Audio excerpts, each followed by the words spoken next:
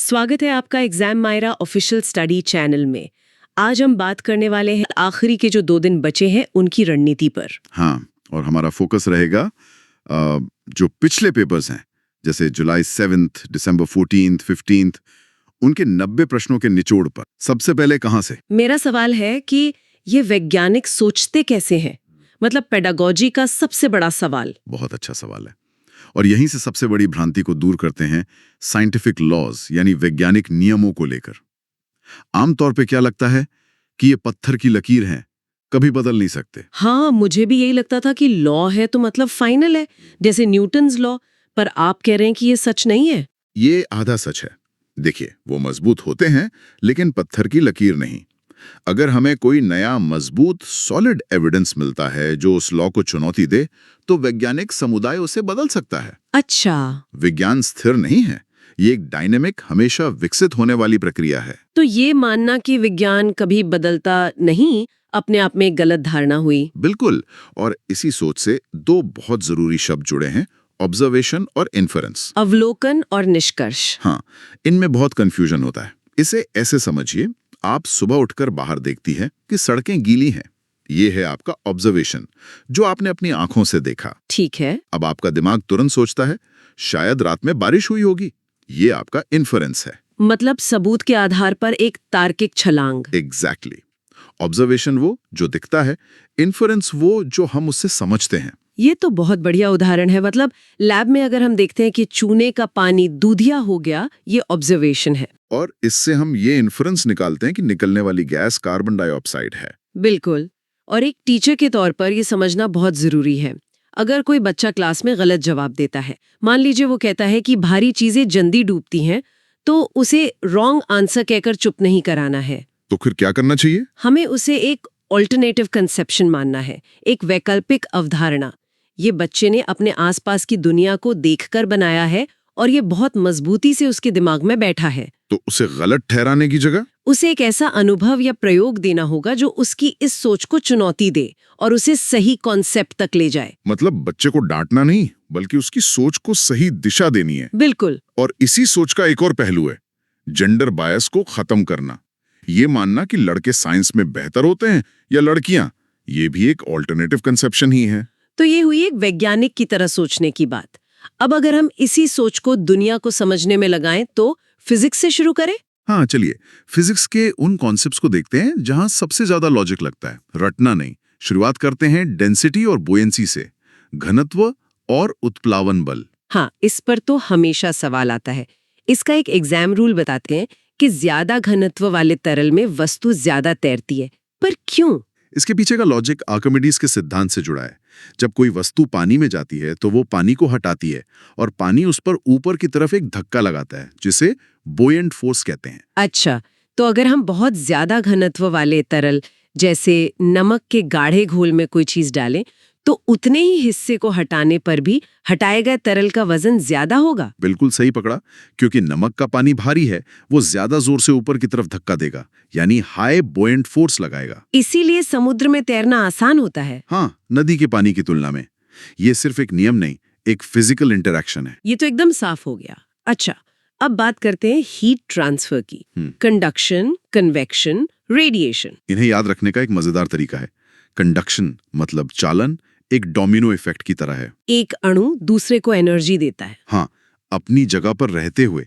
ये सॉलिड्स में होता है। कन्वेक्शन यानी संवहन उबलते पानी की तरह है, जहां गर्म अणु खुद ऊपर जाते हैं। ये लिक्विड्स और गैसेस में होता होगा। बिल्कुल। और रेडिएशन, इसके लिए तो किसी माध्यम की जरूरत नहीं। ये वायरलेस है, जैसे वाईफाई। सूर्य से हम तक गर्मी इसी तरह पहुंचती है, बीच के वैक्यूम को पार करके। और थर्मस फ्लास्क इसी का एक शानदार उदाहरण है। हाँ, वो कंडक्शन और कन्वेक्शन को रोकने के लिए वैक्यूम बनाता है और रेडिएशन को रोकने के लिए सतह को चमकदार। अब आते हैं ऑप्टिक्स पर। गाड़ी का छोटा सा साइड मिरर आपको पीछे का पूरा ट्रैफिक कैसे दिखा देता है? ये कमाल है कॉन्वेक्स मिरर यानी उत्तल दर्पण का। वो साइज को छोटा करके आपको एक बहुत बड़ा व्यू देता है। इसलिए इमेज हमेशा वर्चुअल, इरेक्ट और डिमिनिश्ड यानी छोटी बनती है। ये तो एक तरह का डिजाइन ट्रेड ऑफ हुआ सुरक्षा के लिए। बिल्कुल। और इसका ठीक उल्टा है प्लेन मिरर, जो हम घर पर इस्तेमाल करते हैं। वो सेम साइज की इमेज बनाता है। अब यहाँ एक मजेदार कनेक्शन है। क्या? लेंसेज और मिरर्स एक दूसरे के उल्टे काम करते हैं।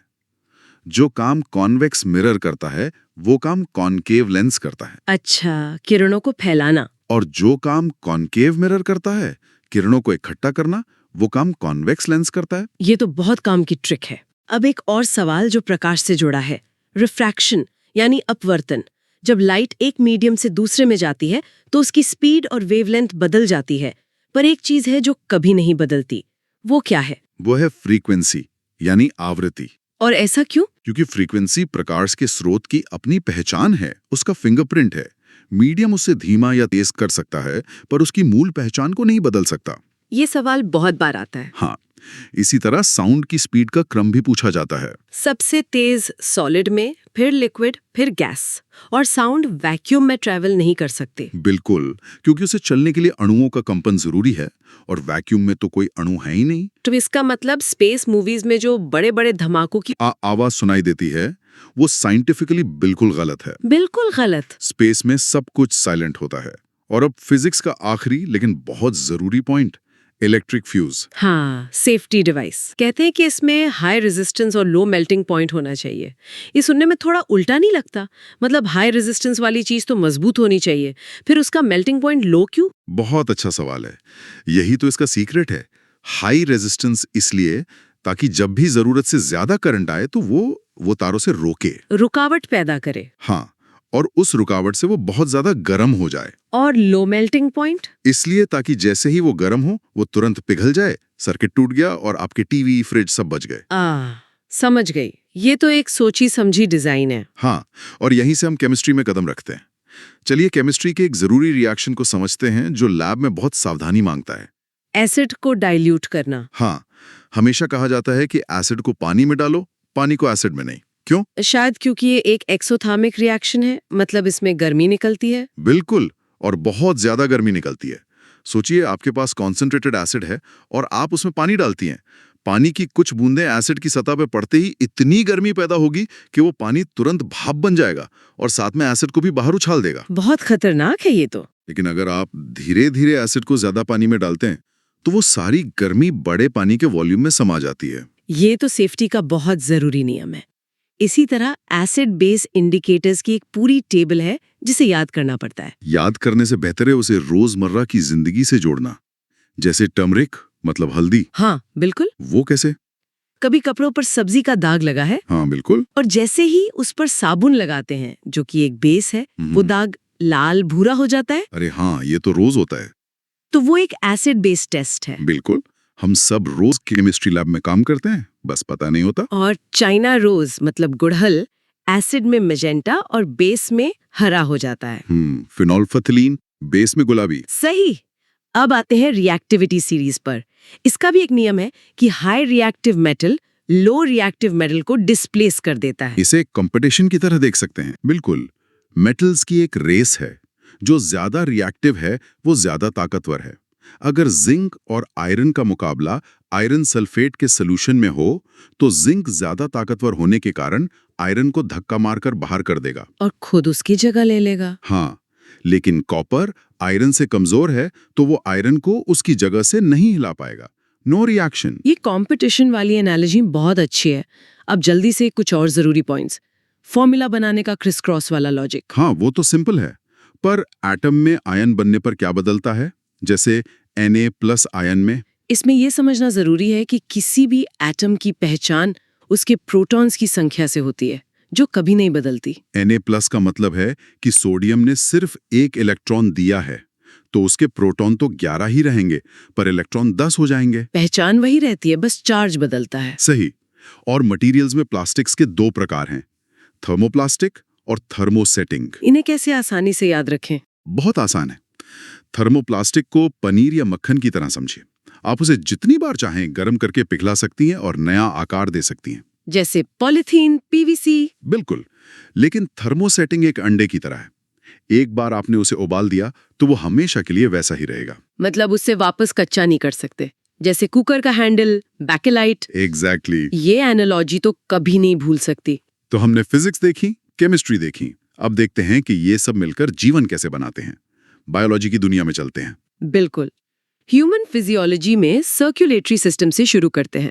हमारा दिल एक डबल पंप की तरह है जिसमें 4 चेम्बर्स हैं। और इसमें आर्टरीज और वेन्स का अंतर समझना बहुत जरूरी है। हाँ, आर्टरीज यानी धमनी की दीवारें मोटी क्यों होती हैं? शायद क्योंकि उनमें खून हाई प्रेशर से बहता है। बिल्कुल, वो सीधे दिल के पंप से जुड़ी हैं, जबकि वेन्स खून को वापस ला रही हैं तो उनमें प्रेशर कम होता है। अच्छा, और इसीलिए वेन्स में वाल्व्स होते हैं ताकि खून वापस नीचे ना जाए। सही पकड़ा, सब कुछ फंक्शन के हिसाब से डिजाइन हुआ है। अब ग्लैंड्स की बात करते हैं, एक्सोक्राइन और एंडोक्राइन। इसे ऐसे समझ सकते हैं कि एक्सोक्राइन ग्लैंड के पास अपना पाइप मतलब डक्ट होता है, जैसे पसीने की ग्रंथि। हाँ, और एंडोक्राइन ग्लैंड डक्टलेस होती है। वो अपना स्राव, जिसे हार्मोन कहते हैं, सीधे खून में छोड़ देती है। और एंडोक्राइन ग्लैंड्स में थायराइड ग्लैंड बहुत जरूरी है। गले में होती है, थायरॉक्सिन हार्मोन बनाती है और उसे आयोडीन चाहिए। और इसकी कमी से गॉइटर यानी घेंगा रोग होता है। और यही थायराइड हार्मोन जानवरों में भी कुछ कमाल करता है। हाँ, जो मेंढक का बच्चा टैडपोल होता है, उसका पूरी तरह से मेंढक में बदलना मतलब मेटामॉर्फोसिस, वो भी यही हार्मोन कंट्रोल करता है। सच में? मतलब अगर पानी में आयोडीन ना हो तो वो टैडपोल कभी मेंढक नहीं बन पाएगा, वहीं रह जाएगा। वाह, ये कनेक्शन तो कमाल का है। और पौधों में ऐसा है एक खास रिश्ता, लेग्यूमिनस प्लांट्स और उनकी जड़ों में रहने वाले राइजोबियम बैक्टीरिया के बीच होता है, जो नाइट्रोजन फिक्सेशन करते हैं। बिल्कुल। अब अंत में कुछ इकोलॉजी और सोलर सिस्टम के जरूरी पॉइंट्स। ग्रीन हाउस गैसेस कौन-कौन सी हैं? Carbon dioxide CO2, methane CH4, nitrous oxide N2O और वाटर वेपर। ये गर्मी को कंबल की तरह रोक लेती हैं। और एसिड रेन का कारण है SO2 और NO2। हाँ, जो फैक्ट्रियों से निकलकर पानी से मिलकर तेजाब बनाते हैं। और मिट्टी में पानी के सोखने की दर को पर्कुलेशन कहते हैं।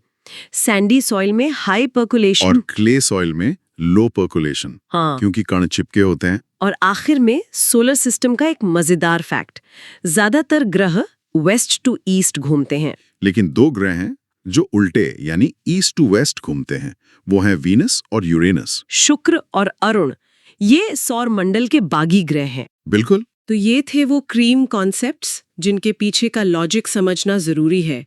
ये सिर्फ फैक्ट्स नहीं है, ये दुनिया को देखने का एक तरीका है। फाइनल एग्जाम टिप्स में बस इतना ही कहूंगा, इंडिकेटर टेबल और रिएक्टिविटी सीरीज को एक बार और देख लें और अपनी तैयारी पर भरोसा रखें। और सबसे जरूरी बात, इस परीक्षा में कोई नेगेटिव मार्किंग नहीं है। इसका मतलब है कि सभी 150 सवाल अटेम्प्ट करने हैं, एक भी सवाल छोड़ना नहीं है। बिल्कुल। ऑल द बेस्ट, आपकी मेहनत जरूर रंग लाएगी। और जाने से पहले एक सवाल हम आपके लिए छोड़ जाते हैं। आज हमने बात की कि बच्चों में ऑल्टरनेटिव कंसेप्शंस होते हैं, तो सोचिएगा इन वैज्ञानिक अवधारणाओं को रोजमर्रा की जिंदगी से कैसे जोड़ा जा सकता है, ताकि छात्रों में ये वैकल्पिक अवधारणाएं बनने की गुंजाइश ही कम हो जाए। सोचेगा जरूर।